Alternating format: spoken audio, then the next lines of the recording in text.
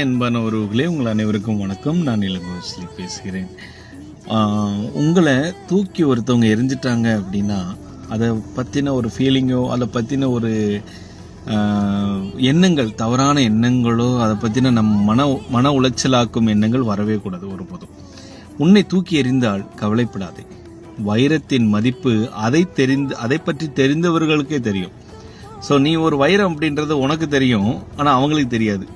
அவங்களுக்கு அது என்ன தெரியும்னா, தூக்கி எறிஞ்சவங்களுக்கு ஒரு கல்லாக தான் தெரியும். அதை செதுக்கி பார்த்தா தான் அவங்களோட அருமை என்னன்னு புரியும்.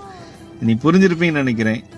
புரிஞ்சவங்களுக்கு ஷேர் பண்ணி விடுங்க, சரியா? நீங்கள் ஒரு வைரம் அப்படின்றத உங்களுக்கு நீங்களே சொல்லிக்கொள்ளுங்கள். அப்பொழுது தான் தன்னம்பிக்கை வளர்ந்து வரும்.